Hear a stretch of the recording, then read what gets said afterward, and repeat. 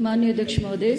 नियम 130 के अंतर्गत माननीय विधायक श्री केवल सिंह पठानिया जी के द्वारा जो प्रस्ताव सदन में लाया गया है, जिसका शीर्षक है प्रदेश में आई आपदाओं से प्रभावितों को आ रही मुश्किलों तथा इस अवधि में सरकार द्वारा किए गए कार्य,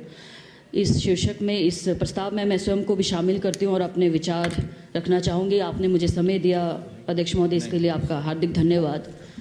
अध्यक्ष महोदय, हमने देखा प्रदेश में वर्ष 2023 में जो है भयंकर आपदा आई और पूरा प्रदेश इसमें जूझा। अभी इस आपदा से हमारे लोग और हमारी सरकार उभर ही रहे थे कि वर्ष 2025 की आपदा भी हमने देखी। हम माननीय मुख्यमंत्री महोदय जी का धन्यवाद करते हैं कि उनके नेतृत्व में बहुत ही चुनौतीपूर्ण स्थिति में डटकर जो सामना आपदा क्या किया गया, वो एक तरह से प्रेरणा स्रोत जो है मुझे लगता है पूरे देश में अन्य राज्यों के लिए भी है।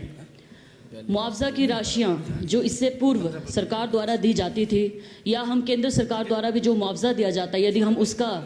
पूरी लिस्ट को चेक करें और यदि हम प्रदेश सरकार के जो अभी मुआवजा राशि में जो रिकॉर्ड बढ़ोतरी की गई, यदि इसकी तुलना की जाए तो ये अभूतपूर्व है पूरे देश में। इसके लिए हम माननीय मुख्यमंत्री महोदय जी और पूरे मंत्रिमंडल का हार्दिक धन्यवाद करते हैं।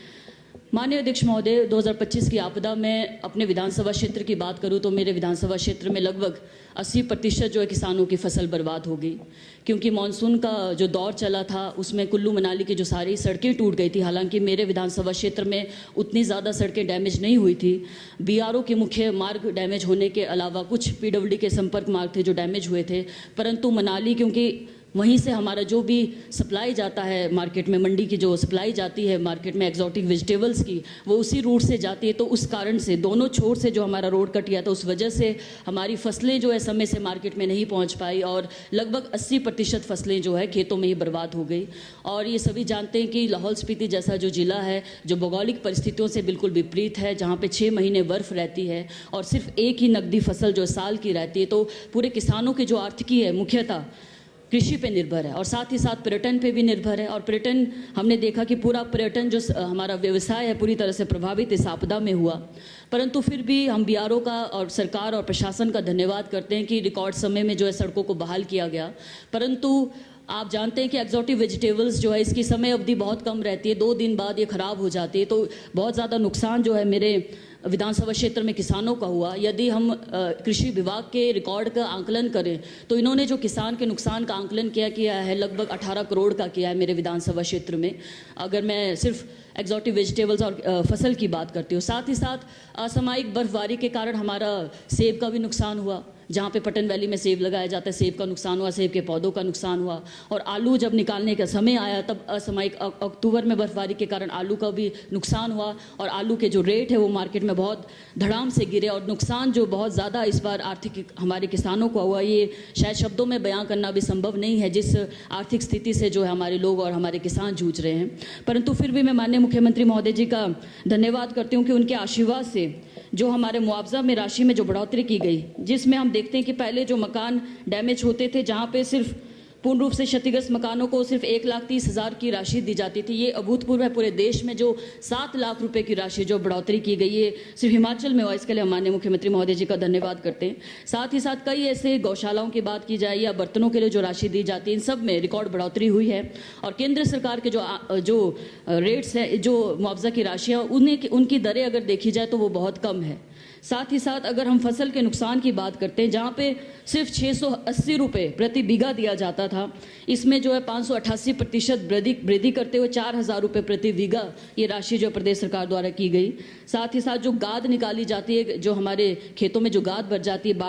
बाढ़ के कारण, उसमें पहले जो राशि मिलती थी 1,440 रुपये प्रति बीघा, इसको बढ़ोतरी करते हुए लगभग इसमें 694% बढ़ोतरी की सरकार द्वारा और 5,000 रुपये प्रति बीघा इसमें दिया जा रहा है। और कृषि योग्य जो भूमि पूरी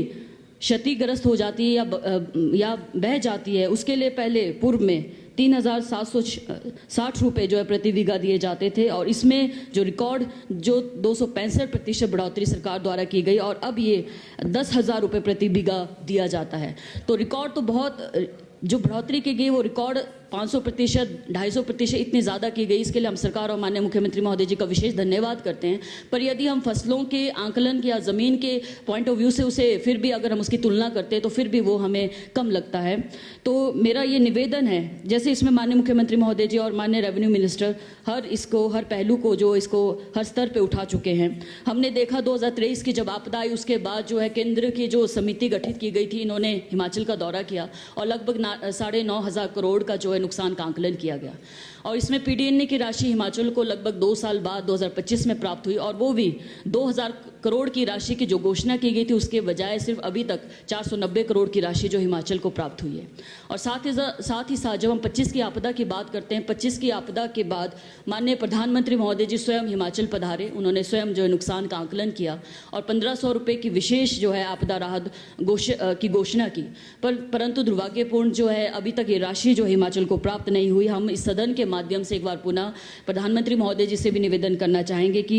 इस आपदा राशि को जल्द से जल्द हिमाचल को प्रदान किया जाए। और ख़ास तौर पे जो पीडीएनए की राशि है, इसमें भी मेरा ये रिक्वेस्ट रहेगा, क्योंकि हम ट्राइबल जिला से संबंध रखते हैं माननीय मुख्यमंत्री महोदय जी से। हमारे पास जो है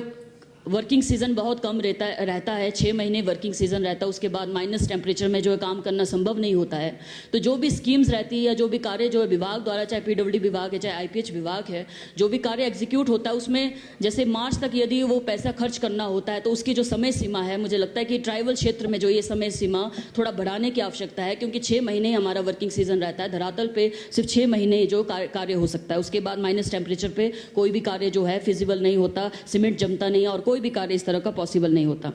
साथ ही साथ क्योंकि किसानों का बहुत ज़्यादा नुकसान हो गया, और ये हमने देखा है केसीसी जैसी जो स्कीम है, किसान क्रेडिट कार्ड, 1998 में ये स्कीम जो केंद्र सरकार द्वारा शुरू की गई थी ताकि किसानों को जो है सस्ती दरों में जो ऋण मुहैया करवाया जा सके। और हम ये भी सभी जानते हैं कि 2008 और 9 की बात है, जब यूपीए सरकार जो केंद्र में कांग्रेस गठबंधन की सरकार थी, तो पूरे देश में किसानों का जो ऋण माफ़ किया गया था और 4 करोड़ किसान जो इसमें लाभान्वित हुए थे। इसमें केसीसी के ऋण भी शामिल है और हमारे हिमाचल के कई किसान जो इसमें लाभान्वित हुए थे। आज वैसी भयावह स्थितियां मैं अपने हिमाचल में देखते हैं, और खासकर मैं अपने ज़िला की बात करूंगी क्योंकि वहाँ पे सिर्फ एक नकदी फसल होती है पूरे वर्ष की। तो मेरा निवेदन रहेगा सरकार के माध्यम से, क्योंकि ये केंद्र सरकार के क्षेत्र अधिकार में आता है, प्रदेश सरकार से मेरा निवेदन रहेगा कि इस मामले को आप बहुत ही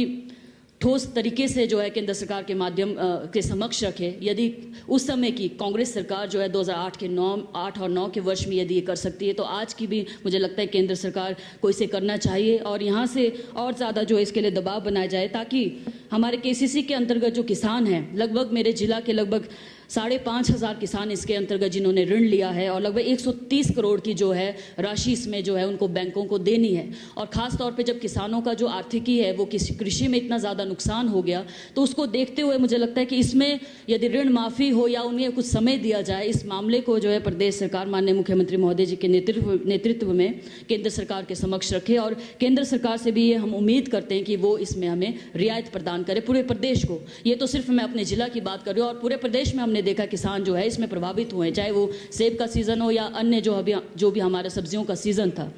साथ ही साथ यहाँ पे हम लगभग पहले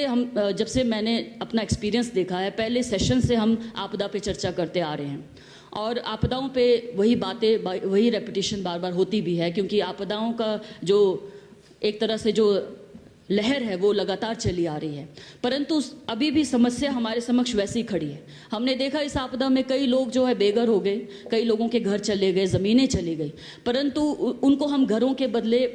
ज़मीन के बदले ज़मीन नहीं दे पा रहे। ये मामला पहले भी सदन में आया है, और माननीय मुख्यमंत्री महोदय जी का, माननीय रेवेन्यू मिनिस्टर महोदय जी का हम धन्यवाद करते हैं कि उनके द्वारा, रेवेन्यू मिनिस्टर जी के द्वारा जो है सदन में एफसीए कानून के अमेंडमेंट्स के लिए जो प्रस्ताव पारित करके केंद्र सरकार को प्रेषित किया गया था। क्योंकि एफसीए कानून एक ऐसा कानून है जिसके तहत जो है 1 इंच भूमि जो है हम लोगों को ज़मीन नहीं मुहैया करवा सकते। अभी हम विंटर जो हमारा सेशन चल रहा है धर्मशाला में चल रहा है, हर साल जो है विंटर सेशन धर्मशाला में चलता है। धर्मशाला जो देवभूमि है और मैक्लोडगंज जो हमारा एक नगर है, मिनी लहासा जिसे कहते हैं, हम देखते हैं कि 1959 के बाद जो तिब्बत की जो निर्वासित सरकार है वो मैक्लोडगंज में रहती है, और परम श्रद्धेय हमारे दलाई लामा जी भी यहाँ पे अपना निवास करते हैं।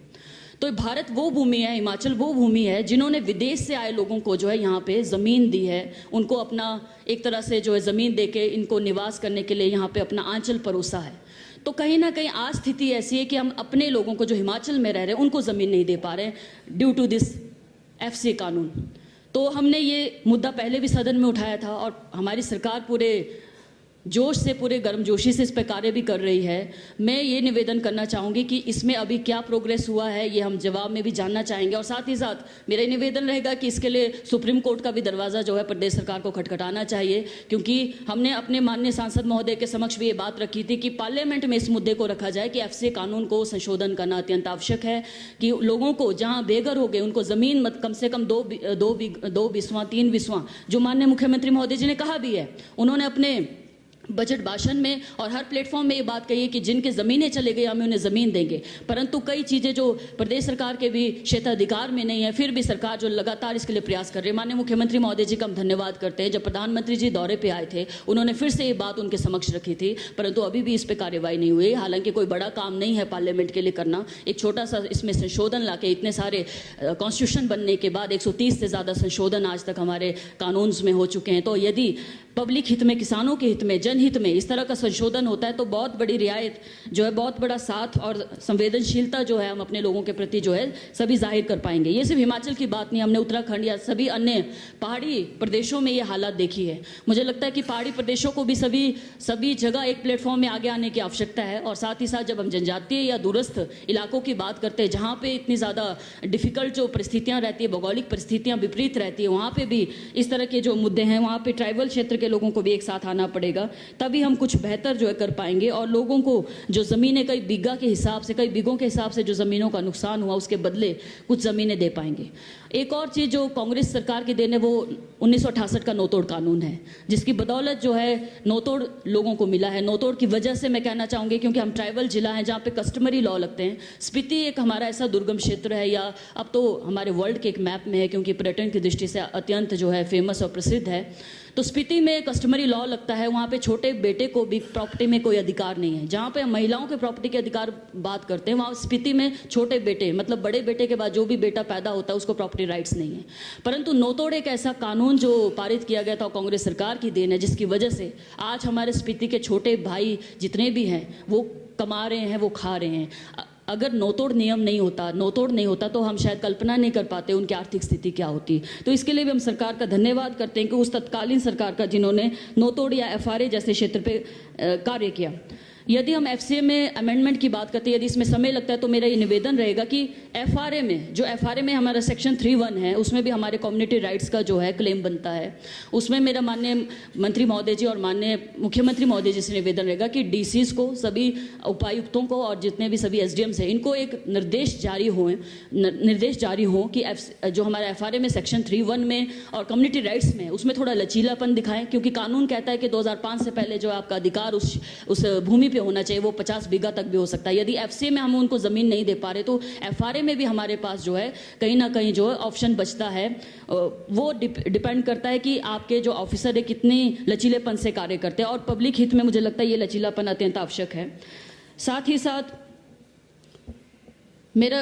अंत में एक बार पुनः निवेदन रहेगा सरकार से कि KCC ऋण माफ़ी के प्रति जो है सरकार जो है केंद्र सरकार के प्रति अपना ध्यान जो है आकर्षित करवाए, और केंद्र सरकार से भी हम ये निवेदन करते हैं कि वो इसमें KCC माफ़ करवाए। साथ ही साथ क्योंकि बाढ़ की स्थिति के कारण बहुत ज़्यादा नुकसान हर वर्ष मेरे क्षेत्र में हो रहा है, फ्लड मिटिगेशन में हमारे भी कई प्रपोजल्स जो है पेंडिंग है, लंबित है। मेरा निवेदन रहेगा माननीय मुख्यमंत्री महोदय जी से कि इसकी स्वीकृति जल्द से जल्द दे। पहले भी आपके सहयोग से, आशीर्वाद से हमारा सगनम का 4 करोड़ का जो है फ्लड मिटिगेशन में जो है कार्य संपूर्ण हुआ था, और उसी दिशा में क्योंकि मयाड़ जैसे मयाड़ नाले में पूरे वैली में जो बहुत ज़्यादा नुकसान आपदा में हुआ, 4 से 5 मेरे पुल वहाँ पे चले गए। एक गांव जो है पूरा जो है आपदा के अंदर अभी भी झुलस